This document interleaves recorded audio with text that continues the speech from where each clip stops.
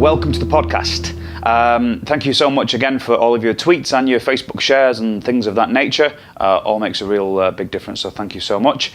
And just to remind you that this podcast is now on iTunes, on the iTunes store. If you want to go and grab it there, just go to the store and search for John W. Doyle or Sound Advice and you will find it nice and quick. So this week's podcast is all about something called the CAGED system. And the CAGED system is how all of the chord shapes on the guitar connect together. So when you play any of the open shapes that you usually play, they're part of a bigger shape, they're part of a bigger pattern. And once you know what that big pattern is, it makes thinking about chord shapes a little bit easier. Now, at this point, I'd recommend that you've learned the basic 8 shapes. So you need at least a C, A, G, E, and D. If you've not got those, stop now, go away and learn them and come back and look at this in a little while. So I remember when I was sort of growing up as a guitarist, I asked a mate of mine if he could play an F chord, and he played 5, and it blew my mind. I thought there was 1. You know, I didn't realise there was more than 1. So for him to turn around and play 5 of them just was amazing. And that's kind of when I figured out what this CAGED thing was all about. I'd heard it talked about in, you know, hushed tones, and it's quite mysterious, a bit like modes, one of them spooky things that guitarists kind of dance around every now and then. And then when I found out what it was, I'm like, oh, this is really simple. You know, I couldn't believe I didn't figure it out sooner, to be honest with you. So I'm going to show you how this works. Basically, if we were to take the scale of C major, for example, or even better than that, if we take the chord of C major, which has got 3 notes in, it's got a C, an E, and a G. If we were to put C's, E's, and G's all over the neck, we would have a sort of sprinkled pattern of those notes. We'd have like a little constellation of C's, E's, and G's all the way up the neck. And what we can do is take that constellation and then chop the constellation into playable chord shapes. So instead of having a neck full of C, E, and G notes, we've then got shapes which have got these notes in. And periodically along the way, you'll end up with a little section that you can play with your bar, and that's the beginning of each one of the CAGED shapes. So the CAGED chord shapes basically take C, A, G, E, and D shapes and play 1 chord with each one of those shapes. So I'm going to show you how this works. It sounds a bit unclear at the moment, but honestly, 2 minutes and it'll make loads of sense. Okay, so we're going to start off with a C chord, normal C open chord there, and basically now we want to find the next C chord up the neck. And the way that we do that is we take our bar and we put our bar where our 3rd finger is, and that gives us the A shape.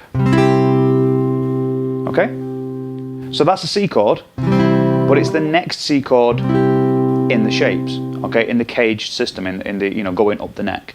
So we start from C, bar goes where the last fingers are, and then you play an A shape. Now we're going up to the next shape in the CAGED, which is a G. Bar goes where the last fingers are, and you play a G. Play better than that if you can. And then G's a little bit of a stretch, actually. I might as well mention that while I'm here. It's like you've got to, you know, play a G chord, and then you're stretching back to the 5th fret with your 1st finger. So you just got to watch out for that. Do try and keep your wrist nice and flat if you can, and your fingers as bent as possible with your index finger. It doesn't have to go all the way across the strings there for this bar. It can just go from sort of the B, the G, and the D string. That makes life easier. So we've got C in the C shape. We've then got bar where the last finger is, then the C with the A shape. Then bar where the last finger is, and then you've got the C with the G shape. And then same rule again, bar where the last finger is, and we've got an E, because that's the next in the position. We've had C, A, G, and now E, spelling CAGED, in case you've not figured it out yet. And then finally, bar where the last finger is, and a D shape, which takes us right up to the 12th and 13th frets. And then if we were going to go back to C at this point, and this is the only time that it's any different to the bar where the last finger is rule, the bar goes where the 2 fingers are on the same fret on the 12th fret. It doesn't go where the last finger is, and that gives you that shape there, which is an octave higher than when you started. That's 12 frets higher than when you started. So I'll just go through that one more time. So we've got C, bar goes where your last finger is, that gives us the A shape, which is still a C chord. You can hear it sounds very, very similar. And then bar where the last finger is, G shape. Then bar where the last finger is, E shape. Bar where the last finger is, D shape. And then bar not where the last finger is, but where the 2 fingers are on the same one. And then you're back to C. And that gives you all of your shapes.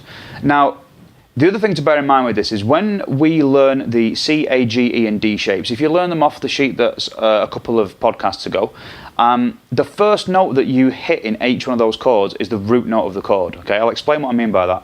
So when we strum a C chord, for example, we're strumming from a C note. That's a C. Okay, it's the 3rd fret of the A string, A sharp, B, C. If you don't know your notes, I can't remember which podcast it was, might have been the 2nd or 3rd one. I went through the notes and laid that out for you, so you can check that out there. So C strums from a C, G strums from a G, E, F sharp, G. And then the E, A and D, obviously they strum from the open string. So E's from the E string, so that's from the root note. A's from the A string, which is the root note, and D is from the D string, which is the root note. Now, what that means is that when you're doing these shapes, let's say we go back to do this shape here, that this was a C chord, but you're playing an A shape, okay? So if we're doing that means if you move that up 2 frets, you get a D. If you move it up another fret, you get a D sharp or an E flat. Up another fret, you get an E. You can move each one of these shapes around the neck. And if you know what the names of your notes are, then you know what the chords are going to be called. So for example, if I know that's a B, I can take this chord here and I can slide it down, and that's now a B. Same with all of those other shapes. We did the one, the C shape all the way up at the top here was kind of awkward. Well, if we slide that down, we know, for example, that C strums from this C note here. It means that this little finger's on the root note of the chord, the C note. So if I slide that down to, say, F, that can be an F. I could slide it down to D. I could slide it up to G. I could slide it all over the place. So all 5 of those chords are completely movable. You can put them anywhere on the neck that you want, and that's another reason why you need to know what your notes are called, because if you know what your notes are called, then you're starting to gain a bit more control over the instrument. So you might have in the past played, let's just say, for example, you played a chord sequence that was C, F and G. So you might go C, F with the F and G, okay? Now, knowing these CAGED chords, what you can do instead is you could say, well, that's C, I might want to play it here. I might want to play it here. I might want to play it here. The F chord, you might say, well, I can do that here, but I might decide I want to do that here, or here. Just taking these CAGED shapes, moving them around, and putting the root note where we want it. And then for the G, same deal. We could go G, we could go E shape with that. We can find different options and different places of playing the chords.